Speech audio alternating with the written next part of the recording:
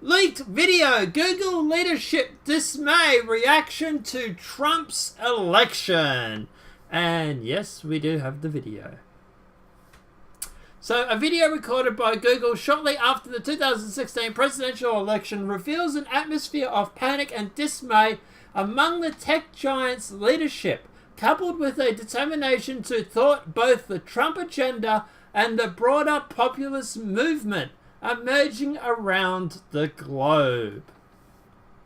The video is a full recording of Google's first hand meeting following the 2016 election. These weekly meetings are known to be inside the company as TGIF, or Thank God It's Friday meetings, sent to Breitbart News by an anonymous source. It features co-founders Larry Page, Siri Brine, might be mispronouncing, VP Kent Waller and Elliston Norton, CFO Ruth Portro, and CEO Sandra Penchenchi. I'm mispronouncing those names. I get them wrong. Sorry, I apologise. It can be watched in full above and can be shown to be full. It can be shown. It can be watched in full above, and should be watched in full above in order to get the full context of the meeting and the statements made. So it does go for over an hour, so we won't be playing the whole thing tonight, guys. I will put a link in the description below to that video, and I have downloaded a copy of this video in case it accidentally goes missing off YouTube, because I wouldn't put it past them. But anyway, so it was reported earlier. Yeah, it was reported earlier this week that Google tried to boost turnout among the Latino population to help Hillary Clinton, only to be dismayed by the usual solid Democratic voting bloc switch to the GOP in record numbers. This video shows a similar level of dismay among Google's most high-profile figures. Those individuals who presided over the company with a rival influence over the flow of information can be seen discouraging the motives of Trump voters and are plotting ways to use their vast resources to thwart the Trump agenda. Co-founder Segri Brine can be heard comparing Trump supporters to fascist extremists. Oh, this is not going to go well for their court case. Brine also argues that, unlike other extremists, Trump voters are motivated by boredom, which he says leads past to fascism and communism. Oh boy, this is not what they need when they have an antitrust case coming up. It really isn't. Well, reports that they're going to be having one anyway. So yeah, okay. The Google co-founder then asks his company to consider what it can do to ensure a better quality of government and decision making. Nothing like election meddling here, is there? VP for Global Affairs Kent Walker argues that supporters of the populist causes like the Trump campaign are motivated by fear, xenophobia, hatred, and desire for answers that may or may not be there. Later, Walker says that Google should fight to ensure the populist movement, not just in the US, but around the world, is merely a blimp and a hiccup in a historical arc that bends towards progression. Oh, okay, so that's interesting, isn't it? Nothing like pushing your progressive agenda. CEO Sandra Penchy salutes the company. CEO Sandra Penchy states the company will develop machine learning and AI to combat what employees described as misinformation shared by low information voters. Holy shit. Okay, key moments from the video can be found at the following timestamps. So 0, or the start of it, to 1 minute 12, Google CEO founder Segri Brine states that the weekly meeting is probably not the most joyous we've had, and that most people here are pretty upset and pretty sad. Okay, so at 24 seconds, I believe, Bryan contrasts the disappointment of Trump's election with his excitement at the legalization of cannabis in California triggering laughs and applause from the audience from Google employees. 1 minute and 12 seconds, returning to seriousness, Brian says he is deeply offended by the election of Trump and that the election conflicts with many of Google's values. Okay. I thought you were a tech company, not, a political company, but whatever it may be.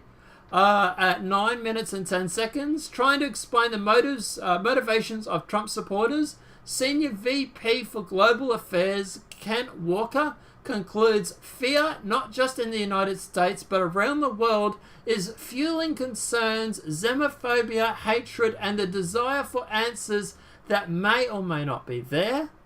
At 9 minutes and 53 seconds, Walker goes on to describe the Trump phenomenon as a sign of tribalism that's self-destructive in the long term. Well, that quote didn't last very long, did it? At the end of the day, I'd actually say it's the left that's more self-destructive, but anyway. At 9 minutes 55 seconds, striking an optimistic tone, Walker assures Google employees that despite the election, history is on our side, and that the moral arc of history bends towards progress. Okay. At 10 minutes and 45 seconds, Walker approvingly quotes from Italian Prime Minister Matteo Renzi's comparison between the world of war with its isolation and decisiveness and the world of square, the pizza, the marketplace where people come together in a community to enrich each other's lives. At 13 minutes and 10 seconds, the CFO, Ruth Portrait, appears to break down in tears while discussing the election results. Holy shit. Literally, snowflakes. 15 minutes 20 seconds, Portrait promises that Google will use the great strength and resources and reach will have to continue to advance really important values. Okay, and what about the values that you don't think is important? What's going to happen to those? 16 minutes and 50 seconds, stating that we'll need a hug. She insists the audience of Google employees to hug the person closest to them. Be careful, it could be sexual harassment in this day and age. 20 minutes and 24 seconds, Elaine Norton, VP for People of Operations, promises that Google's policy team in DC is all over the immigration issue and that the company will keep a close watch on it. Okay. 21 minutes and 26 seconds. Norton jokes about Google employees asking, "Can I move to Canada?" after the election. She goes to serious discussion about the options available to Google employees who wish to leave the country. I would actually support them leaving the country at this stage.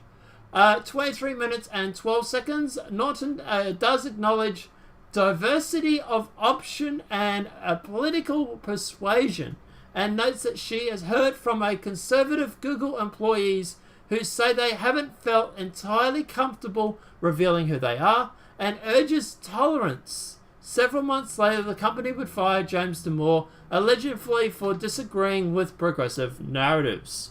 There's that tolerance we'd all love to hear. 27 minutes, responding to a question about filtering bubbles. Sandra Pickey promises to work towards correcting Google's role in them. I'd love to know what you meant by that. 27 minutes, 30 seconds. Surgery Brian prizes the audience member's suggestion to increasing matched Google employee donations to progressive groups. Holy shit. 34 minutes and 40 seconds. Brian compares Trump voters to extremists, arguing for coalition between the economic background of Trump supporters and the kinds of voters who backed extremist movements. Brian says that voting is not a rational act and that not all Trump supporters can be attributed to income disparity. He suggests that Trump voters might have been motivated by boredom rather than legitimate concerns. okay, there's nothing like just saying that, you know, that the people only voted for him because they're bored, but whatever. I believe Hillary tried a similar tactic with deplorables. See how that went. 49 minutes and 10 seconds. An employee asks if Google is willing to invest in grassroots hyper-local efforts to bring tools and services understanding of Google's products and knowledge so that people can make an informed decision that are best for themselves. Pitchy responds, Google will ensure its educational products reach segments of the population they are not currently fully reaching. In other words, they're going to send you the propaganda. And damn boy, you better enjoy it. Because otherwise you'll be a racist. Anyway. 54 minutes and 33 seconds. An employee asks what Google is going to do about misinformation and fake news shared by low information voters. Peachy responds by stating that investment in machine learning and AI are a big opportunity to fix the problem. Okie dokie. 56 minutes and 12 seconds. Responding to audience member, Walker says that Google must ensure the rise of populism doesn't turn into a world war or something catastrophic, and instead is a blip or a hiccup. 58 minutes and 22 seconds. Brian compares Trump voters to supporters of fascism and communism. That's funny. It's normally the left that are linked to communism, but anyway. Linking the former movement to boredom, which Brian previously linked to Trump voters. It all sorts of sneaks up to something really big. Sorry, start again. 58 minutes and 22 seconds. Brian compares Trump voters and supporters of fascism and communism. I thought it was the left that were the communists and they're pushing for communism. Linking the former movement to boredom, and which Brian previously linked to Trump voters. It sort of sneaks up sometimes really bad things, says Brian. 1 minute and 15 seconds. A Google employee states, sparking to white men, there are opportunity for you right now to understand your privilege and urge employees to go through the bias-busting training, read about privilege, read about the real history of oppression in our country. He urges employees to discuss the issue that you are passionate about during Thanksgiving dinner and don't back down and laugh it off when you hear the voice of oppression speaking through megaphones. Every executive on stage, CEO, CFO, 2 VPs and the 2 co-founders applauded the employee. Of course there is, because there's nothing like saying, you're white, so you're privileged. That kind of sounds a little racist to me.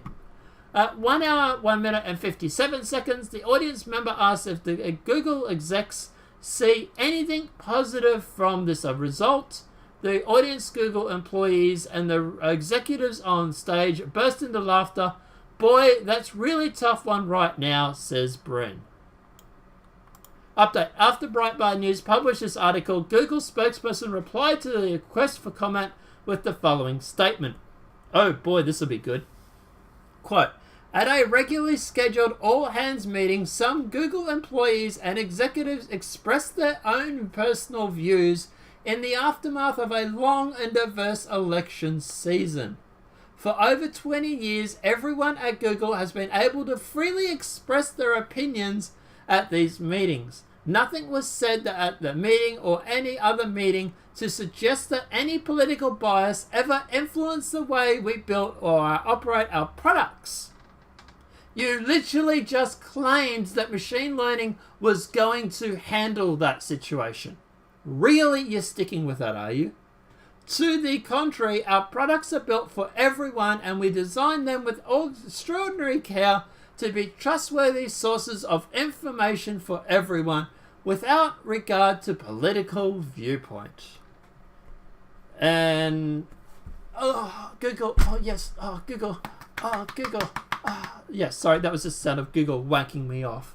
Look, at the end of the day, do we think that this is commonplace in Google? Yes. Am I surprised by this video? No, and I kind of have to give full props to whoever leaked it. Obviously, look, we know this is a legitimate recording. Because at the end of the day, we can see the people on the actual stage. We know this is not just some unnamed source who's gone through and just made a statement. Am I surprised? No. Am I shocked? No. Is this going to hurt them in their antitrust trial? Oh boy, is it ever. Yeah, look, I do think this would actually hurt. This will hurt their case when it comes to Trump wanting to deregulate them and to break them up or to put in an internet bill of rights. This will hurt them, yes. And I don't know how anybody who doesn't hear about this can't literally sit there and say Google is not partisan. Google is not biased. They've literally gone on about pushing their progressive agenda. So, yeah. Am I surprised by this? No. Am I shocked? No. At the end of the day, look, yeah, I'm really not surprised. I should be. The sad thing is I should be shocked over this. That's the sad thing. The sad thing is I'm not. But I don't know. Guys, let me know your thoughts in the comment section below. Are you surprised by this video? Did you expect this? Are you shocked that someone actually leaked it? Let me know your thoughts in the comment section below. Now, obviously, full disclosure, guys, I haven't had a chance to sit down and watch this full video. I will be doing that after I upload all these videos. So, yeah, I'll be in the comment section later and let you know what our thoughts are then. Apart from that, guys, obviously the video has been helpful. Please smack a like. If you're new to the channel, welcome and subscribe. Apart from that, guys, I'll see you in the next demonetized video from YouTube. Have a great night and enjoy.